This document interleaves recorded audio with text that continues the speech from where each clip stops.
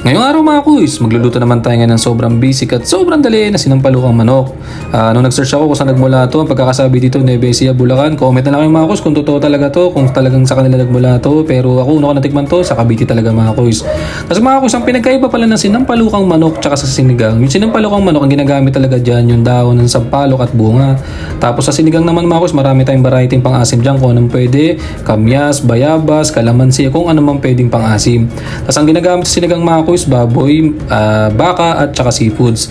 Tapos pagka naglagay pala tayo ng manok sa sinigang mga kuys, sinampalukan na pala tawag doon. Tapos pagka sa sinampalukan, manok lang talaga mga kuys. Huwag tayong makulit, bad yun.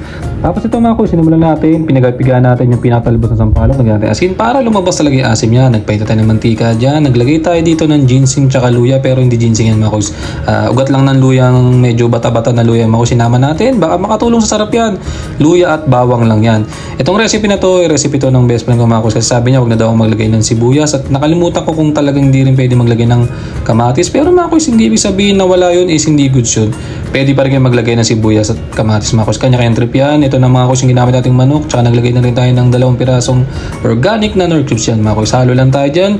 Gigisayin lang natin itong mga kuys hanggang talagang medyo lumabas talaga yung mantika ng pinakamanok. Tapos yan, halo lang tayo dyan mga kuys. Itong sinampalukan talaga mga kuys, nagkikrave talaga ako dito. Parang minsan may pagka-trip ako dito na mas gusto ko pa siya sa baboy. Kasi manok mga kuys, ano yan eh, talagang kakaiba talaga. Pag natanggal mo yung lansa niyan, ang sarap niyan mga kuys. Tapos sunod mga kuys, maglagay tayo dito ng gabi. Kung ayaw nyo maglagay ng gabi mga kuys, huwag kayong maglagay. Pero ang gusto ko dito mga kuys, pag sinampalukan, ayoko siya ng sobrang lapot. Gusto ko yung gabi makakain pa rin siya. Yung hindi katulad ng ginagawa ko nung mga nakaraan, diba? Biniblender ko pa yung gabi para lumapot sa sinigang. Pero pag sinampalukan, ayoko mga kuys. Tapos ito na mga kuys, yung pinaka talbos ng ating sampalok mga kuys. Yan, tinignan mo mas quality, no? Hindi ko alam kung ganun din yung way nyo mga kuys, kung yung nilalamas yung sasin or diretso na yung pinatalbos pag sa uli nyo nilalagay. Pero gusto ko, para lumabas talaga yung katas ng asim ng sampalok mga kuys. Naglagay na rin tayo ng konting organic na water, pantay lang sa karne mga kuys.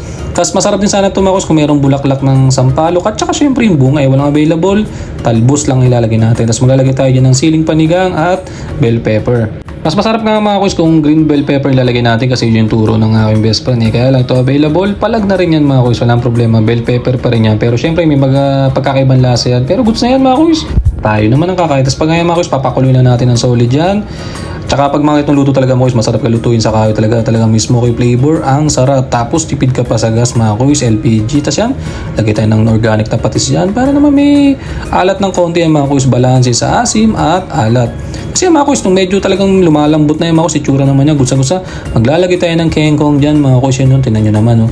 Yan lang ilalagay natin ng gulay mga kuys, kangkong lang. Di na tayo maglalagay ng sitaw, okra o ano dyan. Kasi gusto natin talaga dyan, ang pinakabida dyan, yung manok natin. Kaya nga sinampalukang manok mga kuys, gusto natin bida. Tapos, mas masarap sana mga kuys kung native ay nagamit natin. Kaya lang wala tayong nahuling manok ng kapitbahay mga kuys. Pero bad yun ha. Tapos yan mga kuys, tikman natin kung solid talaga yung asim.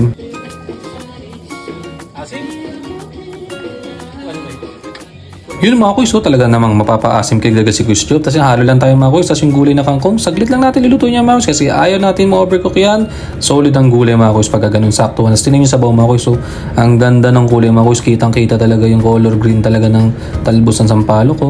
Tapos yun mga kuys, nakaluto na naman tayo ngayon ng sobrang basic at sobrang dali na sinampalukang manok. Salamat mga kuys sa kain.